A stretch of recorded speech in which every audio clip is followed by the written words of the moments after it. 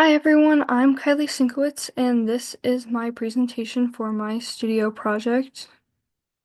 Um, this is my school that I designed for the semester. I chose to do a middle school that I've named Desert Bridge Middle School. Um, this project is located in downtown Phoenix, Arizona.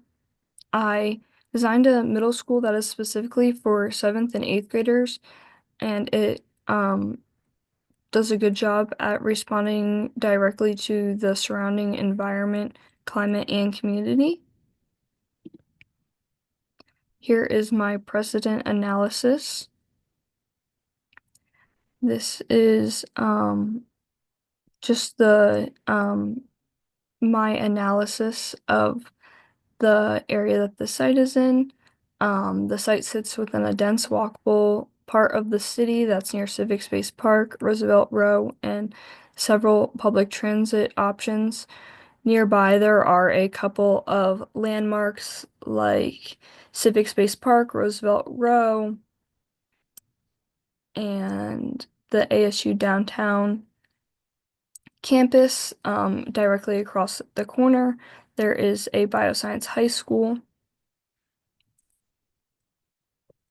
And then here in my site journeys, you can see where a couple of these landmarks um, are mentioned. And then here we just have a quick weather data summary, temperature and humidity, a couple of different charts that kind of summarize the weather in the area. And we all know that Phoenix is super hot and dry. Most of the year the weather is pretty nice, except for in the summer, which during that time, the kids won't be in school anyway. Not that it's not important, but just one of those things to keep in mind. Here is my site and context model. This little yellow highlighted area is where our site is, or my site is, I guess I should say.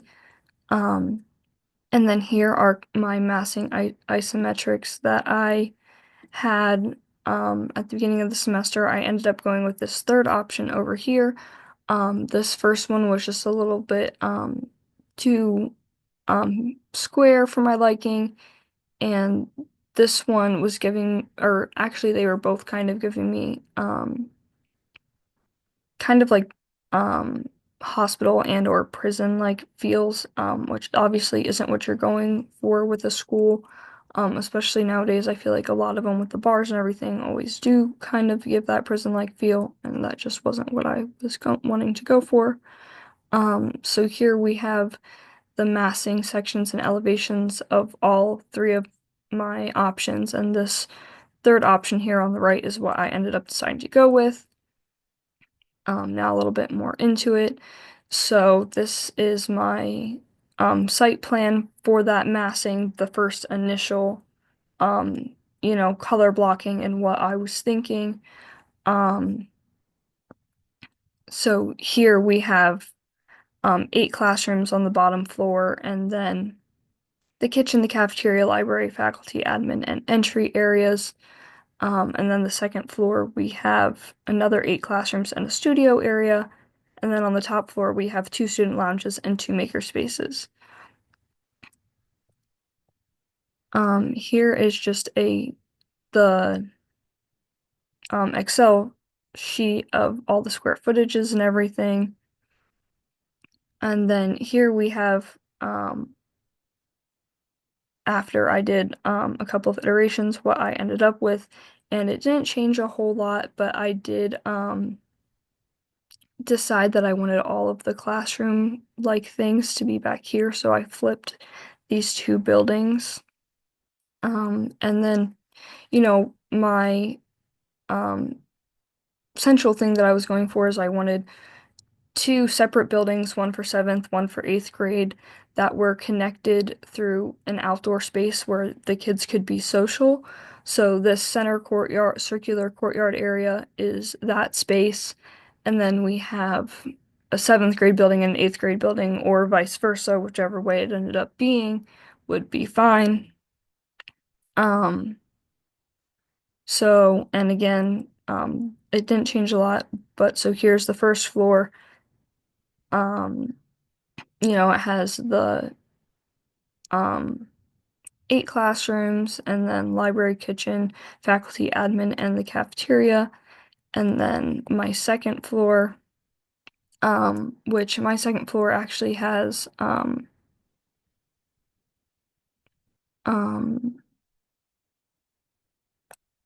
let's go, that is actually wrong. Let's go back over here just to look at it real quick. My second floor has 8 classrooms and a studio area. And then something else that I did change was my library actually became 2 stories, and my oh yeah, and that was another thing. My studio space that I had in these massings became a library space because I thought maker spaces were very similar to studio spaces.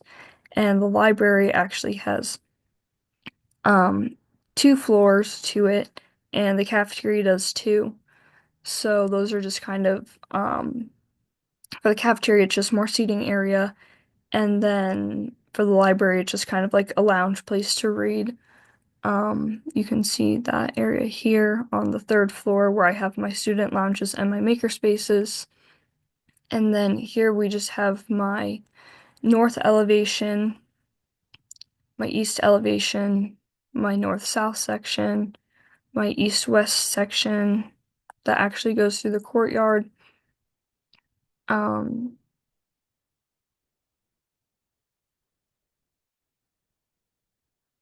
and then we have my partial elevation of it was of 3 classrooms here. And you can see my vertical sunshades that I have on the windows, and then I chose exterior brick cladding for the outside. And then I have here my reflected ceiling plan, my partial classroom section, um, my partial classroom floor plan, and then my partial elevation again,